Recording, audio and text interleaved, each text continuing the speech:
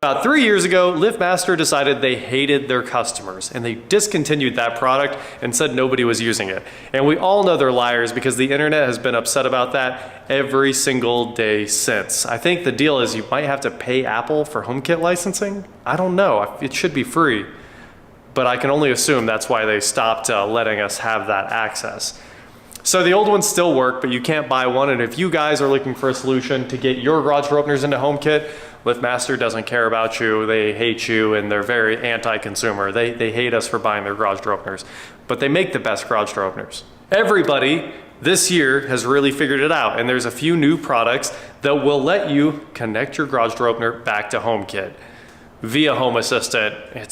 You're kind of stuck using Home Assistant these days, but it's really, really good now. The old one where you were like installing Linux distros and all kinds of crazy stuff, using a Raspberry Pi to play server, to run some software. It was a mess, and that's probably why it was broken all the time, but things have gotten better. And today we have the solution that I'm gonna use from now on to put all these garage door openers back under HomeKit control. So let's check it out. As you guys know, I have 4 of the latest LiftMaster openers here in the shop. Of course, they have built-in Wi-Fi. You can use LiftMaster's app, although who knows when they're gonna take that away from us. And of course, it used to have native API access too, and they took that away from us too. They basically ruined everything they could because everyone says that we were running up their server costs. But I'm pretty sure with them selling $1,500,000 garage door openers a day, they're doing pretty well. So that's my take on the matter here. I feel like we've paid for it. I get that server costs do exist. Just charge us like $1. It'd be fine. You forgot to mention why it's so important that it's in HomeKit. Oh yeah, because CarPlay and the watch. CarPlay automatically showing up as you get close to your house, and the watch being authenticated Siri at all times, so you can always open your garage door from there while you're riding your motorcycle, which is the key to it all. It's just, you know, you want it to be in HomeKit because it's so nice. It makes life easy. Anyway, this is the Konnected GDO blaQ. I opened this one up. I haven't done anything with it yet, but this GDO garage door opener, and it's the blaQ edition. And the blaQ edition has some really cool features, like being able to open your garage door to a percentage. Some of you guys don't like to have your garage door open all the way. If you want to vent it or something like that, just have it open like a foot, you can do that with this. So this gives you local control of your garage door opener over the intranet or your local network, or there's cloud-based access as well. It gives you smart things, which I think that's a Samsung thing, right? My washer and dryer have that. Yeah. And then you've got Alexa, and then you've got Home Assistant to put it back in HomeKit, and then Hubitat, don't know what that is, Home Siri, don't know what that is, and Control4, which is what my house runs on. So we're going to use this to put all the openers in Control4, and also Home Assistant at the same time, I hope, so that we can have Siri controlling the garage doors and everything else. So it's kind of ridiculous what I would like to work. I get that it's an edge case, but most people at least want HomeKit. This is your solution for that. If you have a LiftMaster or Chamberlain or Merlin opener and Craftsman, and you have any of those color buttons in the opener, yellow, purple, or red, and I also think orange, that's what it is. If you have any of those 5 buttons, also brown, it says that there, this will work. And it's like $89. So $89 without a subscription is pretty sweet. So anyway, here's the device and some wire to hook it up to the opener. So 2 garage door opener, we'll hook up those wires right there, just red and white, I think. There's an aux that I think you can use to control whatever you want. So that's pretty cool. You got an extra output there. And, oh, it goes between the wall button. I see how it hooks up. So garage door opener, 2 wires, and then your wall button hooks up to that. And then you add power, and the power is in here. Power, Velcro in there, screws in there, a manual, and a screwdriver. It comes with a screwdriver, that's pretty sweet. I didn't even open up this manual. Should we learn how to do it? I think we just figured it out. Yeah. Now so the important thing here is that this works with Security plus 2.0. Security plus 2.0. And that's what the 3 wires are. It intercepts the signal between the serial communication signal between the remote. Do you think it's serial? I thought they gave. I'm pretty sure the wall buttons don't transmit anything anymore, but maybe they do. From what I read, it's serial communications. Okay. Maybe we needed to put an oscilloscope on the wires and listen to it. We could just do do a man in the middle intercept attack. Yes, that's what we need to do. A replay attack. Replay. Well, it's rolling code, so that wouldn't work. Yeah. So I thought, my understanding was they weren't passing anything over the wires. It was just power to the wall button, and the wall button now is only a radio, but it could just be serial too, encrypted somehow because security plus. Or a secret third thing. Or a secret third thing. Or a secret third thing. All right, so let's. These instructions are beautiful. Yeah, they did a great job here.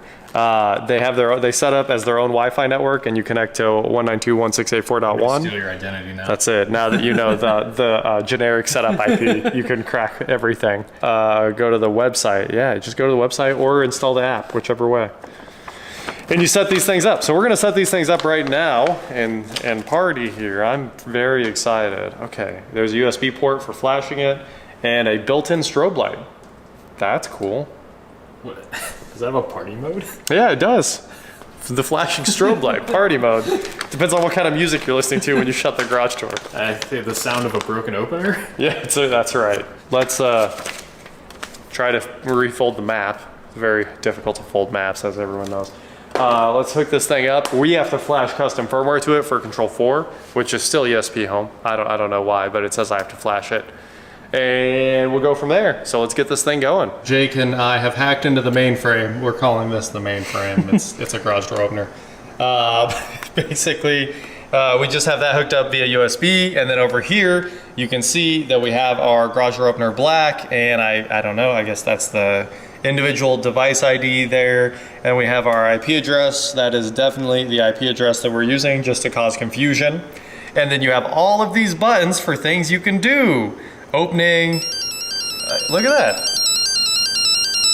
That is violent. And it's really bright, way brighter than I thought.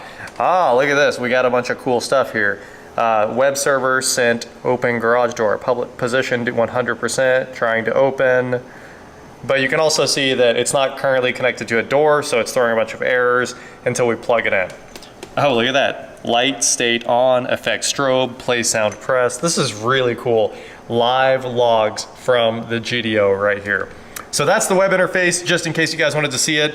It's running a nice little web server right there on that guy. And USB is only powering it. We are connected via Wi-Fi to the laptop. So look at all your commands. You can lock and unlock the door to shut off the remotes. You can learn. That's the learn button from the wall button there. So if you want to learn another wireless remote, you can just hit the web server and click learn. How cool is that? Turn on and off the light, and garage door position, factory reset, and then there's all your warnings, timings, a lot of cool stuff. That's 98% Wi-Fi signal, that's cool. And of course, we're gonna put the wall button in there. But I did wanna show you guys the interface, sorry about the glare, before we actually hook this thing up to an opener, which we're gonna do right now. You could walk in this shop and we'd forgive you for thinking we were running some kind of IT shop in here. Jake's over here working on BMWs, I'm working on the house. We, for some reason, have the MacBook too, because I thought it was gonna be able to program this, since you program these right in Chrome. You flash the firmware straight out of Chrome. Super, super nice. Anyway, there we go. 4 connected GDO blacks ready to be installed. So let's take the first 2 that go in the house. The other 2 go over here. We're gonna take those first 2 and go hook them up and see what happens. I am pumped to see these come online because I already have them working in Control4. I did all the stuff on my end. So all that's left is wiring these up, plugging them in, and we should just instantly have control over the doors. I sure am excited this comes with its own screwdriver because it's gonna make setting this up very easy. So all we're gonna do is install the red and the white on the 2 garage door opener terminals here.